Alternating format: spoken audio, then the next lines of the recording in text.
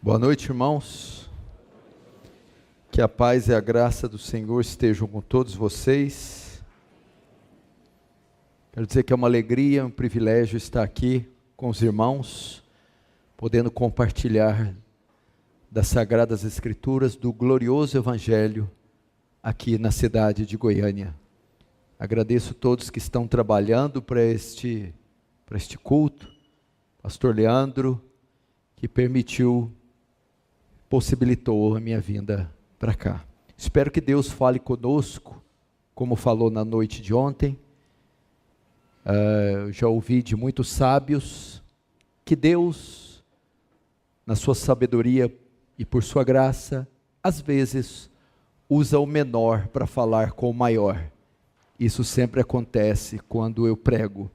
Abra agora comigo em Atos capítulo 16. Vamos ver o que diz a gloriosa palavra do Senhor, no verso 31. Responderam-lhe, Atos 16, 31. Responderam-lhe, crê no Senhor Jesus e serás salvo tu e a tua casa. Até aí, fecha os seus olhos, vamos orar. Pai Santo, a Ti a honra, a glória, o louvor, o domínio. A Ti pertence a justiça e a nós o corar do rosto. Somos pequenos e frágeis.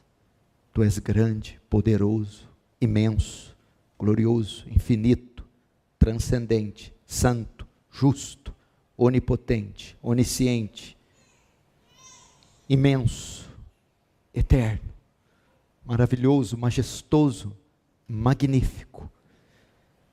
Nos curvamos diante de tamanha beleza e majestade. Que privilégio poder dirigir a Ti as palavras, voltar a Ti o rosto, fazer parte dos Seus decretos. Porque lá nos refolhos da eternidade, o Senhor nos escolheu, nos achou, nos viu, imersos em iniquidades, mortos, mas nos ressuscitou e nos fez assentar nos lugares celestiais com Cristo. O que viste em nós, nada além de iniquidade, foi na unilateralidade do seu amor incondicional, na sua graça, que nos amaste, nos salvaste. Ó Deus Santo, despeja da sua graça gloriosa, abundante aqui, de modo que o Teu reino avance, que o Senhor receba a glória para si e nos conforme a imagem do Seu Filho. Amém. Queridos irmãos, o tema que foi sugerido aqui para essa semana foi família. Então, às vezes, se você veio esperando um pastor Paulo Júnior mais enérgico, agressivo, igual você vê na internet, o tema talvez não me possibilite. Mas na próxima vez que o pastor Leandro me convidar, eu vou pedir para ele escolher a doutrina do inferno.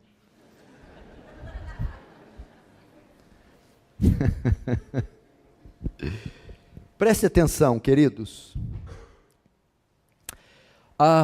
Eu não vou trazer aqui uma mensagem expositiva. Eu amo a mensagem expositiva, a pregação lectio contínua, verso a verso. Sou apaixonado pela pregação expositiva. Aliás, nossos púlpitos, os púlpitos atuais, nem sequer sabem o que significa pregação expositiva, mas desde já eu te informo, esta igreja aqui, ela tem um apreço gigantesco pela pregação expositiva. Não é à toa que estão expondo aqui o livro de Salmos, já passa da centena de sermões no livro de Salmos, feito pelo pastor Leandro. Se você está procurando uma igreja bíblica para congregar, eu recomendo essa igreja batista reformada, confessional. E eu tenho certeza que você vai ser ricamente alimentado aqui. O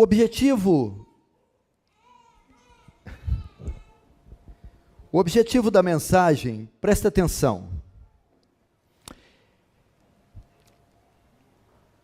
é sobre família. Cuide da sua família, é o tema dessa noite. E por que eu escolhi este tema? O objetivo é solidificar, guardar, proteger a família. Por quê? Em razão dos ataques que ela vem sofrendo. Não existe instituição na face da terra mais perseguida pelo inferno do que a família. Só um cego para não ver o que está acontecendo. O inferno declarou guerra contra a família. Satanás abriu fogo contra ela. E está disposto a ir até as últimas consequências, no tocante à sua destruição. O alvo de Satanás é essa instituição divina. Ele quer extinguir a família tradicional, porque ele sabe que ela é o último reduto de poder a cair. A última instituição, o último fundamento a cair. Nesse sentido, a família está à mercê do mundo, do pecado e do diabo. Esse tríplice inimigo trabalha pesado para destruir a família. Se você acompanhar comigo alguns números, algumas estatísticas, você vai entender que o alvo é destruí-la. O Conselho Nacional de Justiça, na resolução 175, aprovou a união em cartório, a união homoafetiva. Só no estado de São Paulo, neste ano, foram feitos 700, só na cidade de São Paulo foram feitos 701 casamentos de pessoas do mesmo sexo. A revista VIP publicou que 73% dos homens e 64% das mulheres já foram infiéis aos seus cônjuges. Em 2011 tivemos a maior taxa de divórcio da história do Brasil, 351 mil divórcios registrados em cartório. Saiu alguns anos atrás que o número de união estável aumentou 300%.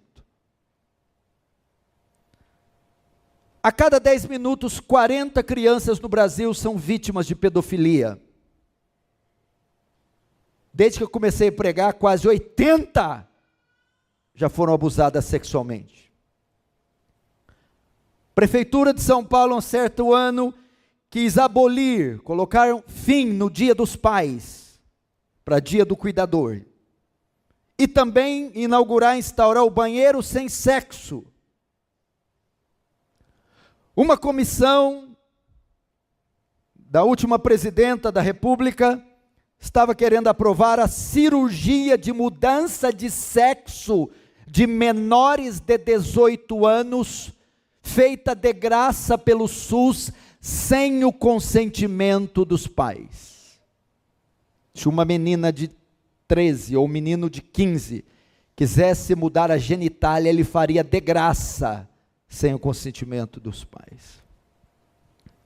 Estamos assistindo à erotização infantil, onde nas grades curriculares do ensino fundamental, cartilhas ensinando modalidades de sexo, e por estar num local sagrado, não me permite citar com detalhes isso. Ideologia de gêneros. Legalização ou direito de tirar a vida de vidas intrauterinas.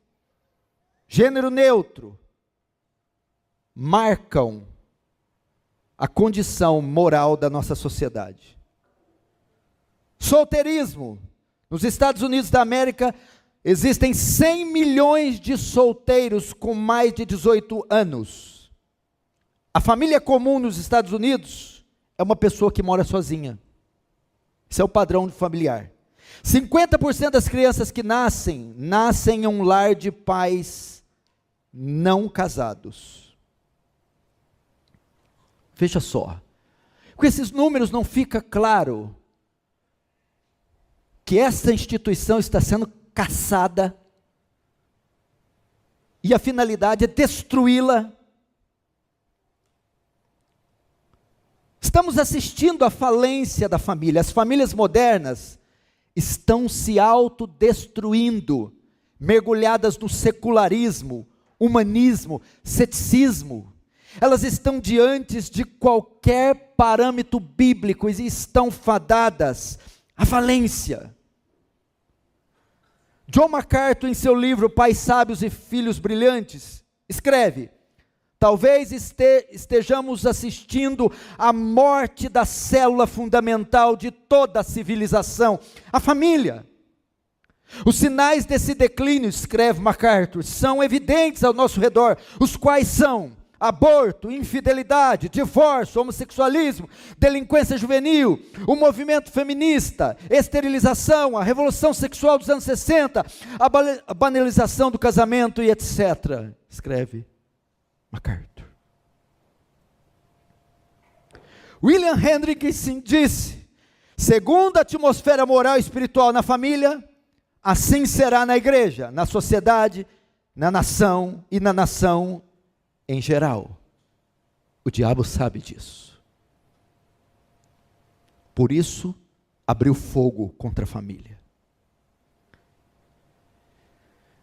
Mas quais seriam as causas dessa derrocada da família? Dessa descaracterização?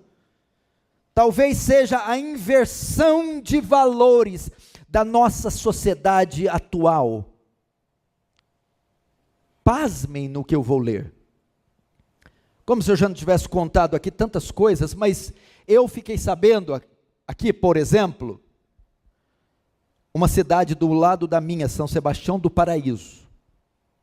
Eu tenho membros da igreja dessa cidade. E a mãe foi corrigir a lição do menino de 9 anos. Eles me relataram isso. E corrigindo 1, 2, 3, chegou a certa feita que o menino escondeu uma parte, não queria que ela visse. E a mãe: não me dá isso aqui, não me dá. E a mãe pegou: o que foi? Mamãe, é que a professora pediu para os meninos beijarem 3 meninas na boca e 3 meninos. E para as meninas pediu para elas beijarem 3 meninos e 3 meninas. E depois contarem qual deles a gente gostou mais. 9 anos de idade, a 70 quilômetros da minha cidade. É o que estamos vendo. E talvez o fator marcante para essa derrocada seja a inversão de valores da nossa sociedade. Veja como os valores estão sendo invertidos. Escute isso.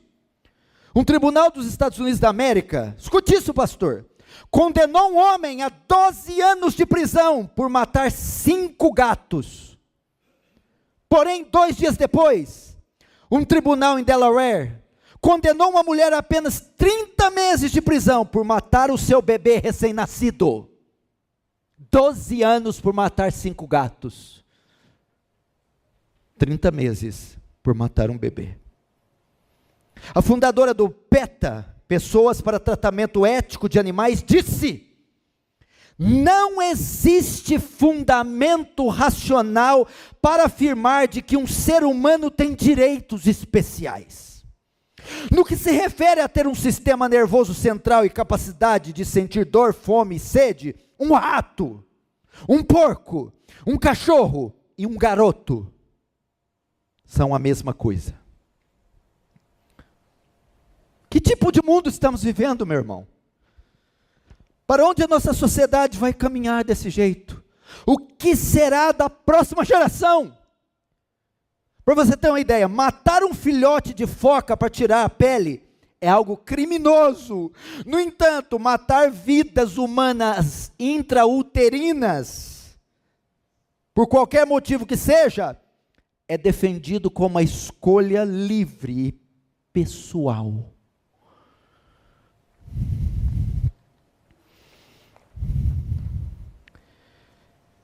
Em seu livro de 1971, Morte da Família, o psiquiatra britânico David Cooper sugeriu que é hora de eliminá-la completamente, a família.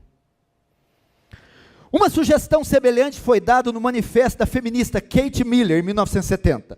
Ela afirmou que as famílias, assim como todas as estruturas patriarcais, devem ser eliminadas, porque são nada mais do que instrumentos de opressão e escravização das mulheres. Essa gente odeia a família. T. Grace Edson, ex-presidente da filial de Nova York, da Organização Nacional para Mulheres, disse que gostaria de eliminar todo tipo de casamento, maternidade e amor. O casamento é servidão legalizada, diz ela. E ainda diz ela que as relações familiares são a base de toda a opressão humana.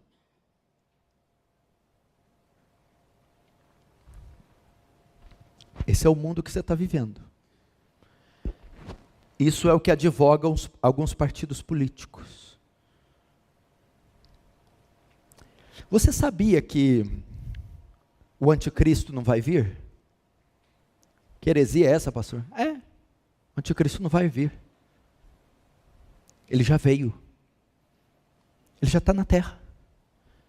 Ele só não se encarnou, porque Paulo diz que o mistério da iniquidade já opera. O espírito dele está por trás dessas instituições. Isso aqui são apenas fantoches, bonecos, órgãos, instituições, homens e mulheres a serviço do espírito do anticristo, do inferno. Ainda há tempo para salvar a família? Devemos nos perguntar.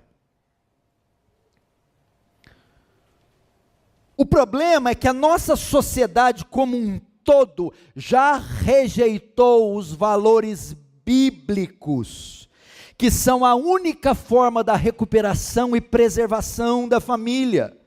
Os únicos valores reais que podem salvar essa instituição e essa sociedade é uma volta às Escrituras. Só assim. Qual é o papel da igreja nesse sentido? Ela precisa tratar o cerne do problema, ela precisa combater a causa e não o efeito. Não adianta reunir esforços no campo político, social, antropológico, psicológico, sociológico. No embate ao ataque da família, é necessário usar recursos bíblicos.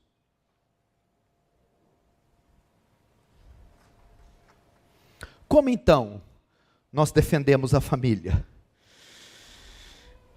Como protegê-la de tudo isso?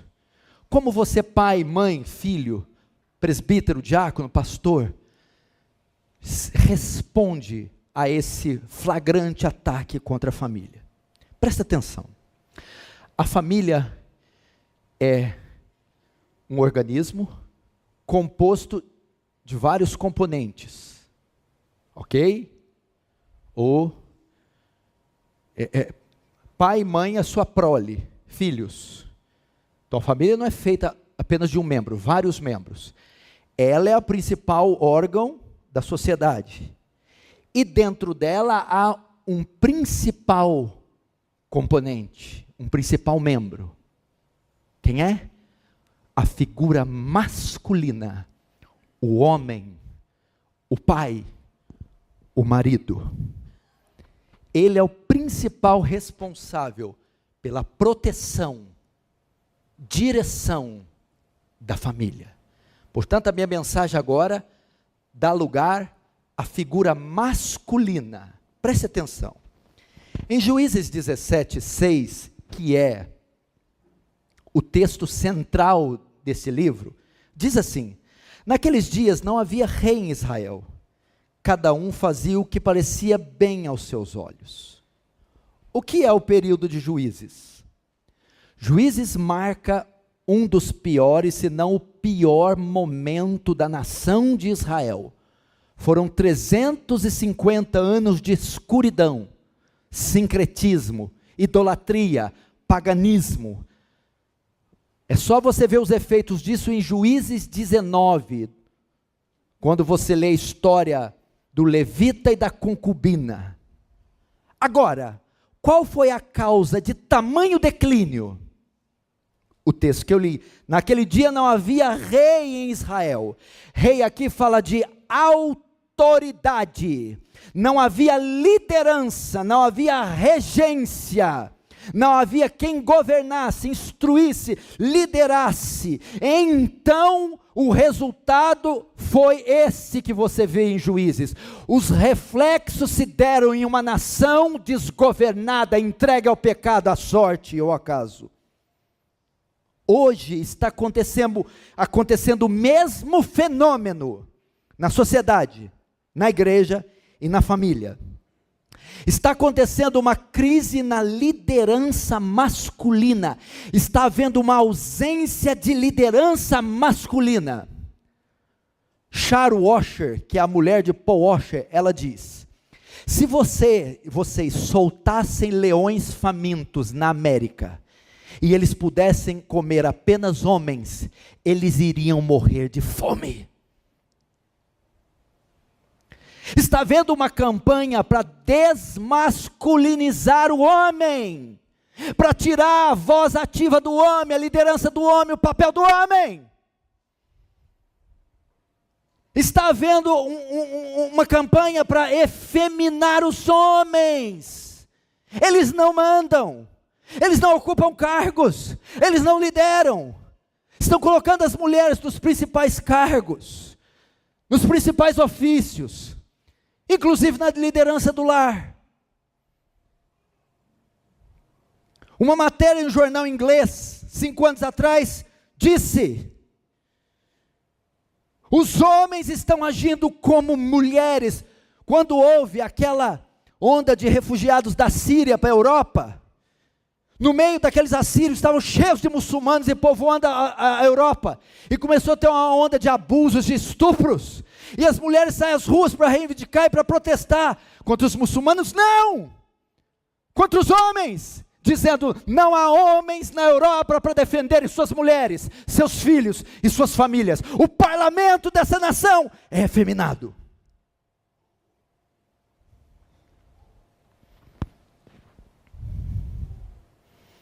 O resultado é semelhante ao dos Juízes: desordem, caos, destruição. Mulher, belisca ele aí, se ele falar ai. Meu camarada, eu sou da época, os meus heróis eram Charlton Heston, Clint Eastwood, Charles Bronson, Arnold Schwarzenegger. O seu é o quê? Justin Bieber? Por favor. Eu assistia filme e saía na rua para brigar. Eu sou da época que se apaga charuto na língua, camarada. Que se fede CC.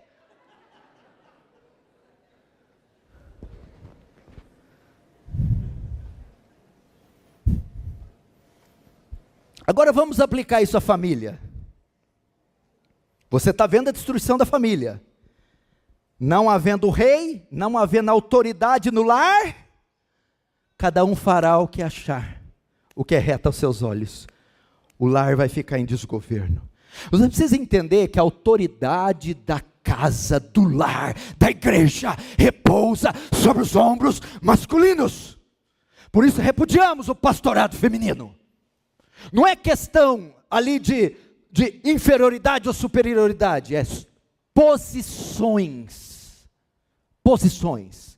Veja, por exemplo, em Gênesis 1:26, Deus diz: façamos o homem a nossa imagem e semelhança, domine sobre os peixes do mar. Veja só, Adão, em Gênesis 1:26 e 2:15, Deus dá ordem para Adão dizendo: domine, governe. Deus dá essa ordem ao homem, a mulher nem existia. Em Gênesis 2:16 e 17, Deus cria uma lei e ordenou o homem a não tocar na árvore do conhecimento do bem e do mal. A mulher não tinha sido criada. Em Gênesis 3:6, a mulher comeu do fruto, não aconteceu nada. Quando o homem comeu, o pecado entrou. Eles perceberam que estavam nus. Em Gênesis 3:9, quando eles pecam, Deus não se dirige à mulher, mas diz: Adão, onde estás? Não diz: Eva, onde estás? Em Gênesis 3:16, 17, a mulher recebe a sentença sobre ela, sobre apenas ela: com dores darás à luz.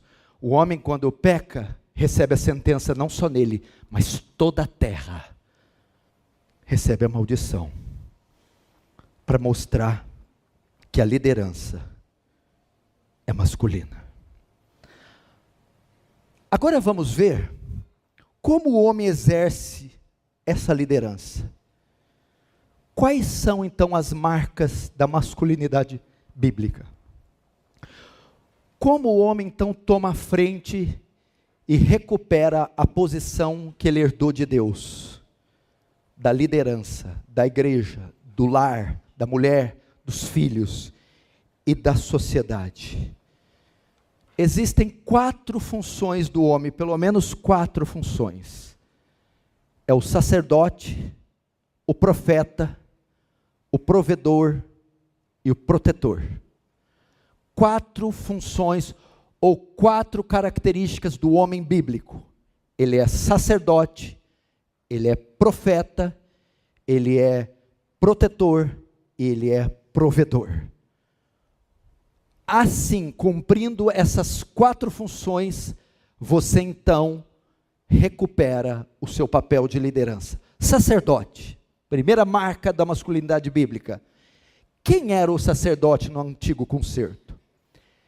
Era aquele que representava o seu povo diante de Deus. O sacerdote, ele ia diante de Deus, ele pegava os pecados do povo e ia diante de Deus oferecer sacrifícios, interceder. Ele fazia a mediação. É aquele que levava os pecados, os pedidos, as causas do povo diante de Deus. Era a figura do sumo sacerdote Arão. O homem é aquele que leva as causas da mulher e filhos diante de Deus. Ele é o intercessor da sua família. Ele é aquele que apresenta os pecados dos filhos a Deus. Ele é aquele que roga a Deus pela mulher e filhos. Ele é um homem de oração. Essa é a marca de um macho alfa bíblico. Ele é um homem de oração que se coloca de joelhos pelas necessidades da mulher, pelas enfermidades da mulher, pelos pecados da mulher. É aquele que se coloca de joelhos pelos filhos que são ímpios, pela conversão deles, que se estão desviando, para o Senhor os alcançar, para as necessidades dos filhos. Ele é um homem espiritual, um homem que anda com Deus, que tem profunda comunhão com Deus, que anda no Espírito. Ele também deve ser um homem espiritual, que tenha condições de liderar espiritualmente mulher e filhos. É o exemplo de Jó. Jó, capítulo 1, verso 5, está escrito, escute: sucedia, pois, que decorrido o turno de dias de seus banquetes, enviava Jó os seus filhos e os santificava, e se levantava de madrugada e oferecia holocausto segundo o número de todos eles, porque dizia Jó: porventura pecaram meus filhos, e amaldiçoaram a Deus do seu coração. Assim fazia Jó continuamente. Jó acordava de madrugada para oferecer sacrifício pelos seus filhos, trazia provisão para os seus filhos, fazia mediação para os seus filhos. Veja um homem zeloso, o homem mais rico do Oriente, mas era o sacerdote do lar, era um homem que conduzia a sua família espiritualmente. Paulo também é um exemplo com seus filhos, ali os Filipenses, capítulo 1, verso 3 e 4, dou graças ao meu Deus todas as vezes que me lembro de vós, fazendo sempre com alegria oração por vós em todas as minhas súplicas. Samuel, veja só 1 Samuel 12, 23, essa deve ser a declaração de todos os pais. E quanto a mim, longe de mim que eu peque contra o Senhor, deixando de orar por vós. Esse é o papel. Pai, se você dá roupa, comida, educação, mas se você não é intercessor dos seus filhos, se você dá o cartão de crédito da sua esposa, mas se não se coloca na brecha por ela, se os pilares da sua casa todos não são sustentados, meu irmão, pelas colunas da oração, você está contribuindo pouco. Você é o sacerdote do teu lar. Segunda característica, o profeta. O profeta. Se o sacerdote é aquele que pegava os problemas do povo e representava o povo diante de Deus, o profeta é o contrário. Era aquele que ia diante de Deus, recebia a palavra e comunicava a palavra ao povo. Segunda marca da masculinidade bíblica.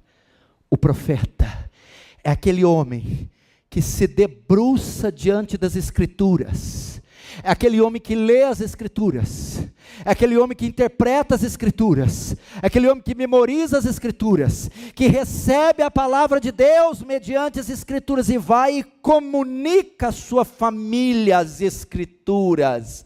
Ele é o discipulador da mulher e filhos, ele é o evangelista da mulher e filhos, é o profeta. É aquele que fica diante da face de Deus, recebe a palavra de Deus e comunica ao seu povo. Ele é um estudioso das Escrituras. Ele conhece as Escrituras. E ensina as Escrituras. O verdadeiro homem é aquele que tem condições de instruir a sua esposa na palavra de Deus. Maridos, amai vossas esposas como Cristo amou e se entregou por ela, lavando-a, ou purificando-a pela lavagem da palavra. É um homem apto, versado nas Escrituras, é um homem que pode chegar em casa e explicar para a mulher as dúvidas que ficou quando ela saiu do culto público, é um homem que possa explicar textos que a mulher lê e não entende, é um homem apto para ensinar doutrina, para ensinar teologia, para ensinar história, para ensinar a Bíblia. Essa é a maior contribuição. Não só a mulher, mas também o filho. Vós pais, Efésios 6,4, não provoquei a ira dos vossos filhos. A palavra pais aqui, patera, pai. O dever do ensino repousa sobre ombros masculinos. Mas criai-vos na doutrina e admoestação do Senhor. O mesmo deve ser feito a filhos. Não terceirize o que Deus não terceirizou, meu irmão. Não envie seus filhos e dê responsabilidade dos grupos familiares, das escolas dominicais. Não, os primeiros evangelistas dos filhos são os pais. O primeiro evangelista do filho é o pai. Primeiro discipulador. E outra, eu não sei o que é esse negócio, pastor. Veja só, temos ali o pastor Leandro. Um homem versado nas Escrituras, na teologia, na doutrina, e ele tem filhos. A hora que os filhos dele começam a crescer na tenridade, ele entrega os filhos para o professor, para o diácono, para sei lá quem. Não é só questão de transferir farda, ele vai perder um privilégio, uma honra. Eu doutrinar o meu próprio filho, eu expor o evangelho para o meu próprio filho, eu ter a dádiva de transferir os meus valores para os meus filhos, meu irmão, é uma honra. Imagina que eu vou dar meu filho para um cara de cueca de fora com gel na cabeça. Você é o líder de jovem, pastor. Eu what? Sou faixa de jiu-jitsu, meu irmão. É um privilégio. Pais, vocês não sabem o privilégio que vocês têm. Vocês devem, então os primeiros evangelistas, os pais. E os primeiros discipuladores, os pais.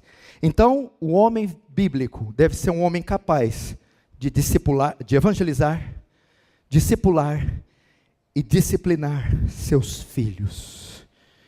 Esse é o profeta. comunica a mensagem aos seus filhos e à mulher.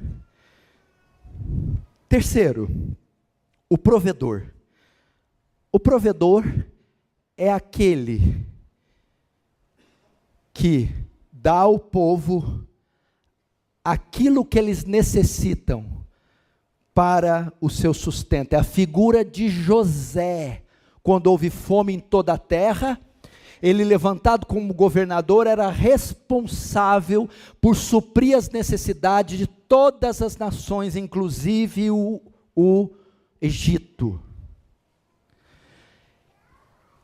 A responsabilidade de prover o necessário para uma vida digna de mulher e filhos, ou seja, teto, moradia, vestuário, alimentação, educação, repousa sobre os ombros masculinos e não femininos. Com isso não estou dizendo que a mulher não possa trabalhar fora, mas não é dever da mulher, porque quando o pecado se instaurou, Deus disse: do suor do teu rosto, Adão, comerás, e não do teu, Eva. Do homem. Salmo 104, 21, 23 diz: os leãozinhos bramam pela presa, e de Deus busca o seu sustento. Nasce o sol e logo se acolhe, e se deita nos seus covis. Então sai o homem à sua obra e ao seu trabalho até a tarde. Provisão do lar, responsabilidade do homem. E hoje nós estamos invertendo os papéis. Você chega em casa 11 da noite, da manhã, tem um homem com avental, bobe na cabeça, areando panela. Se usa isso aqui, arear a panela? Nem deve usar, né? Oi, meu bem, como é que foi teu dia? Deus, que vergonha. Como é que foi o dia, amor? Tá pronto o almoço? Ela chega lá. Ele vem com a colherzinha: vê se tá bom de sal.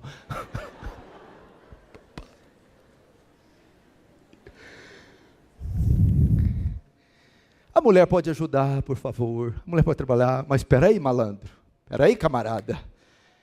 É sobre você que repousa a provisão, vem dos pais, ou seja, do homem. Ele tem que ser apto a fim de prover tudo que for necessário para aqueles de quem ele é responsável, ou seja, mulher e filhos.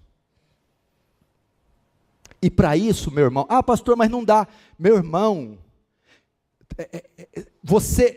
o que está acontecendo? Um comodismo pela parte masculina. As mulheres estão avançando enquanto os homens estão assistindo, e o feminismo está tomando conta. Não é só, ou seja, as mulheres estão tomando conta, tomando o lugar dos homens, não é só pelo movimento feminista, é pela preguiça, omissão, covardia de muitos homens.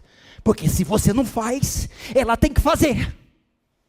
O que a mulher faz? A mulher acorda, a mulher troca filho, a mulher leva para a escola, a mulher faz as compras, a mulher chega, a mulher resolve, a mulher faz tudo. E ele, o que ele faz? Senta na frente da televisão e vai ver Palmeiras e Corinthians. Aquele prato, aquela montanha de comida. Aí quando tem alguma contenda na porta de casa, vai lá, meu amor. E sabe o que é o pior? Ela vai, vassoura em punhos, e ela vai. E sabe o que é o pior? Ela resolve, para nossa vergonha. Misericórdia. Quarto e último, marca da masculinidade. Ele não é só o provedor, como também o protetor. Quem é o protetor? Olhe para mim. É aquele que se coloca entre a sua família e o perigo que ameaça, quer seja espiritual, quer seja físico. O protetor é aquele que se coloca entre a sua família e o perigo que a ameaça, quer seja espiritual, quer seja físico. Ele deve ser um homem destemido e pronto para defender a sua família Primeiro, fisicamente, é ele o responsável por proteger a integridade física da mulher. Cadê o cavalheirismo do homem na calçada andar do lado direito e a mulher na esquerda? Sabia que existe isso, jovens? Proteção. Quando vai abrir a porta do carro, proteção. Vai colocar o lixo à noite, 11 horas da noite, é tu, homem, proteção. Acontece, tem um barulho no telhado, é tu que acorda e levanta, homem. Não ri não que tu se entrega, homem.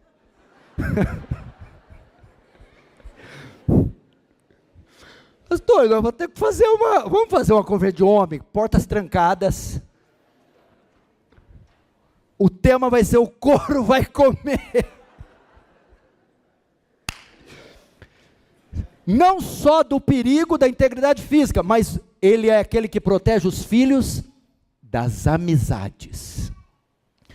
Quanto pai songamonga, menina está andando com lésbicas, com desviadas. Meu filho, proteja os seus filhos dos Jonadabes. Lembra do primo de Absalão, o conselho que ele deu para ele? Finge-te de doente, pede para ela fazer um bolo, e quando ele entrar, tranca a porta e deita-te com ela. Ele é aquele que está... Quem é essa menina? De onde veio? Com quem você está andando? Quem é esse rapaz, meu filho? Não. Proteção. Não só integridade física, amizades, mas também dos eletrônicos. Isso, pai.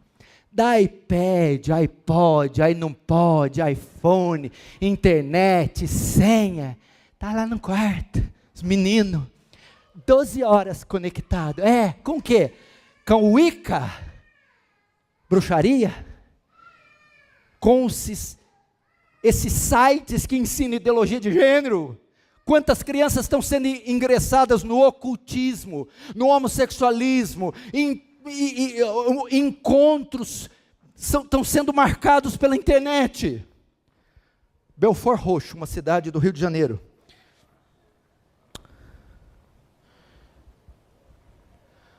Um homem de 30 anos começou a assediar uma menina pela internet de 10. E foi indo. Eles marcaram um encontro. E os pais conseguiram pegar. E quando eles estavam para se encontrar, os pais chegaram com a polícia e prenderam ele. Aí fizeram todo o processo e perguntaram para mim: minha filha, mas por que esse homem estava te sediando e isso? Ele ia encontrar com você, te abusar, quem sabe sequestrar, por que você não nos avisou? A menina responde: papai, é que eu me apaixonei por ele. É isso que acontece quando você, o protetor, ele fiscaliza. TV, tanto número de tempo e só o conteúdo que eu permitir. Celular, uma idade adequada e com severas limitações. Computador, PC, internet, com aplicativos de segurança e tudo dosado. O protetor faz isso. Onde está o filho? Que hora que vai chegar? Com quem saiu? E não só isso.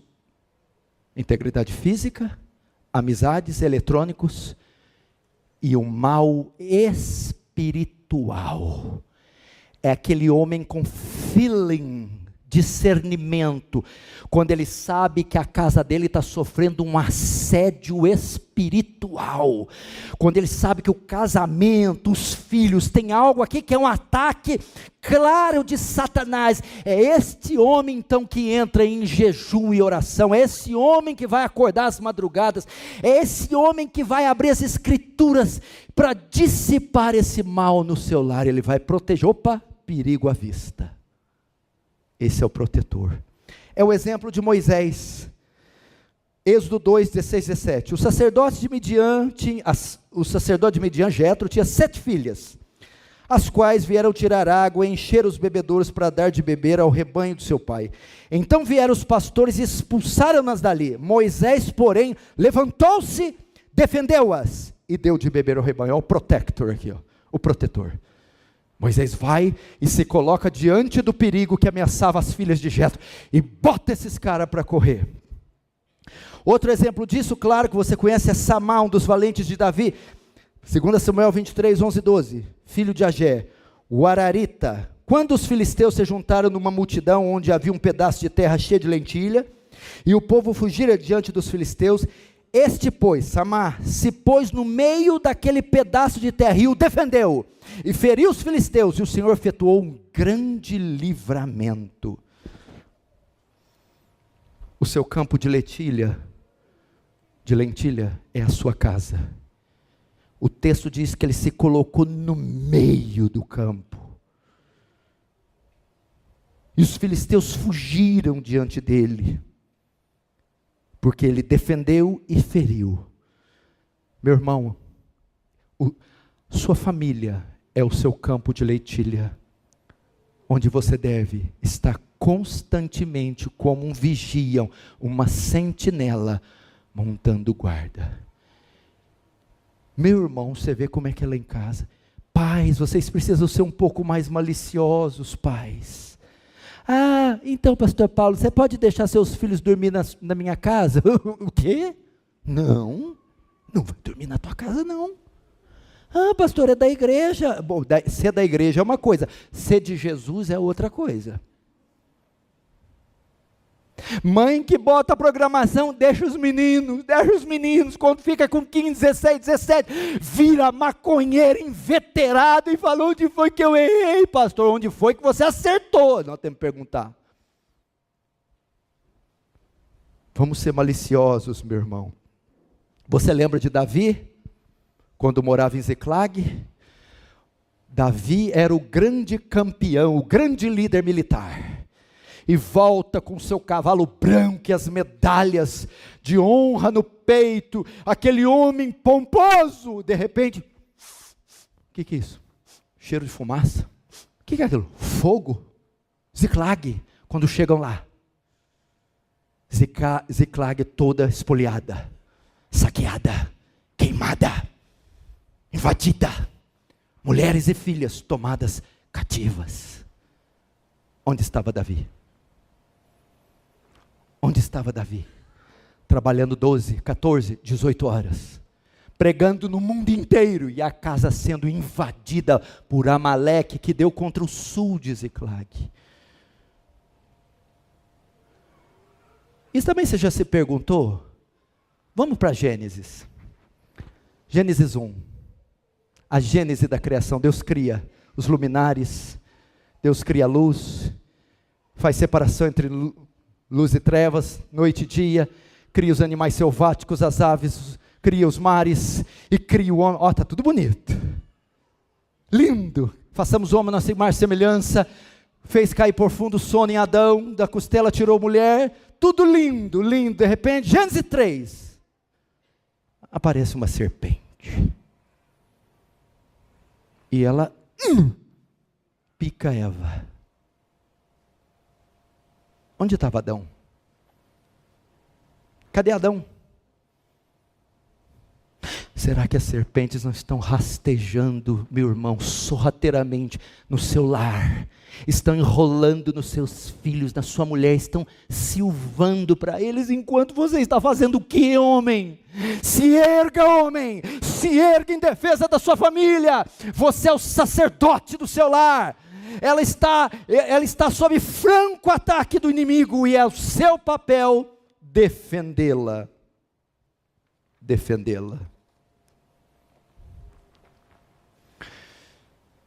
Eu vim aqui esse fim de semana para falar sobre isso. Ontem falamos sobre o culto doméstico,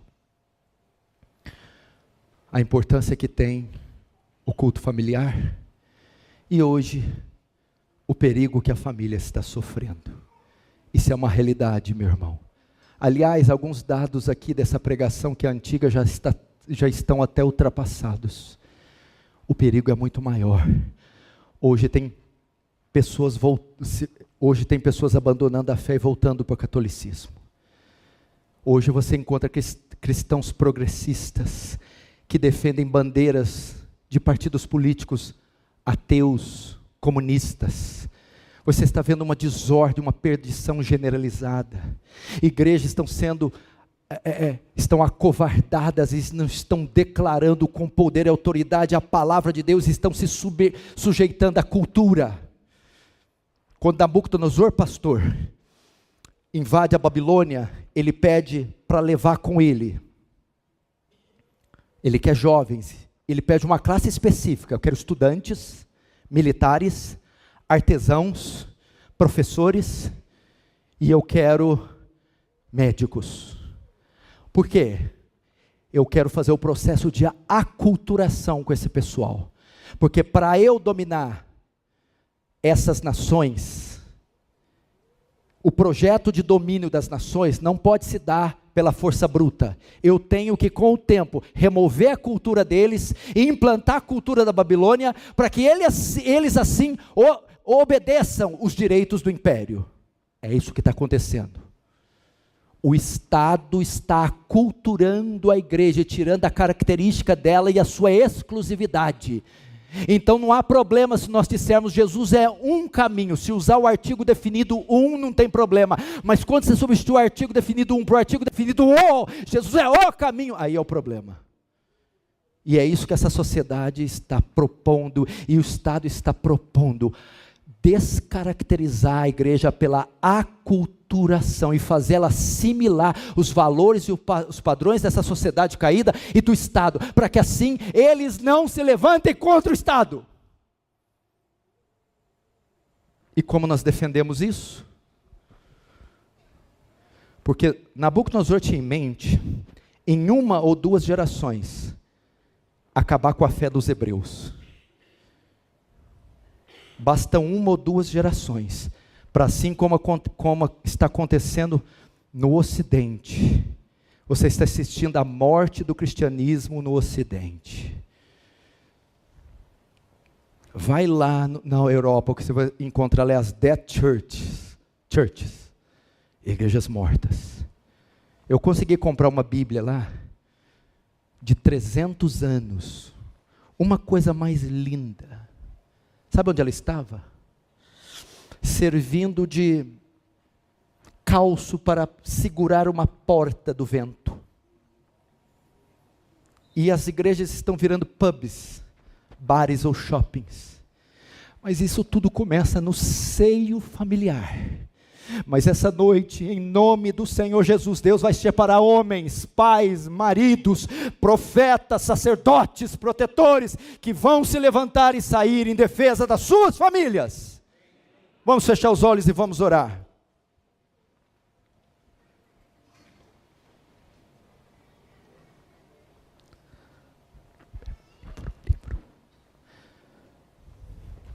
Feche os olhos. Vamos falar com Deus agora. Ore pelos seus filhos, pai. Ore pela sua mulher, marido. Eu não sei, mas talvez Deus tenha me trazido aqui para dizer que você tem muito que melhorar como marido. Ela está sentindo a sua falta, sua ausência. Precisa ser tratada com mais delicadeza, doçura. Quer mais um pouco da sua presença, da sua atenção, só quer ser compreendida. Ela precisa perceber que ela tem preferência. Ela precisa perceber que na sua escala de valores ela é importante, homem, marido. Isso é saúde para o teu lar. É isso que blinda a sua casa do inferno. Ser bíblico. O mesmo posso dizer para os filhos. Nossos filhos não querem um profissional, nossos filhos querem um pai. Nossos filhos não querem um pastor, querem um pai. Nossos filhos querem banalidade com ele, nossos filhos querem abraço, beijo, cheiro. Nossos filhos querem que corrijamos as lições de casas com ele. Nossos filhos querem que vamos no futebol com eles. Pai, seu filho está pedindo socorro, pai. Oh Senhor Jesus, tem misericórdia. Nossos lares são prioridade, Senhor. Tem misericórdia, Senhor. O inferno está fazendo uma festa com as famílias. Nos ajuda, Senhor. Nos dá ânimo, nos dá coragem, nos dá força, nos dá vigor, nos dá graça, para sairmos em defesa das nossas famílias. Resgata a verdadeira masculinidade, a masculinidade bíblica. Deus, tem compaixão, Senhor. Tem misericórdia, Senhor. Assim como Moisés, quando foi sair do Egito, o faraó disse: as crianças fiquem. Moisés disse: nenhuma unha, faraó, ficará no Egito. Pais, digam isso: nenhuma unha do que é meu, nenhum filho meu, a minha esposa, eu não abro mão de nada do que Deus me deu como família. Ore pelos seus filhos, pai. Ore pela sua esposa. Mãe, esposa, ore pelo seu marido, para Deus dar graça dele cumprir o papel dele. Filhos, ore pelos seus pais, pelo seu pai, para Deus conceder graça ele cumprir o papel dele. É o que eu te peço, em nome de Jesus. Amém.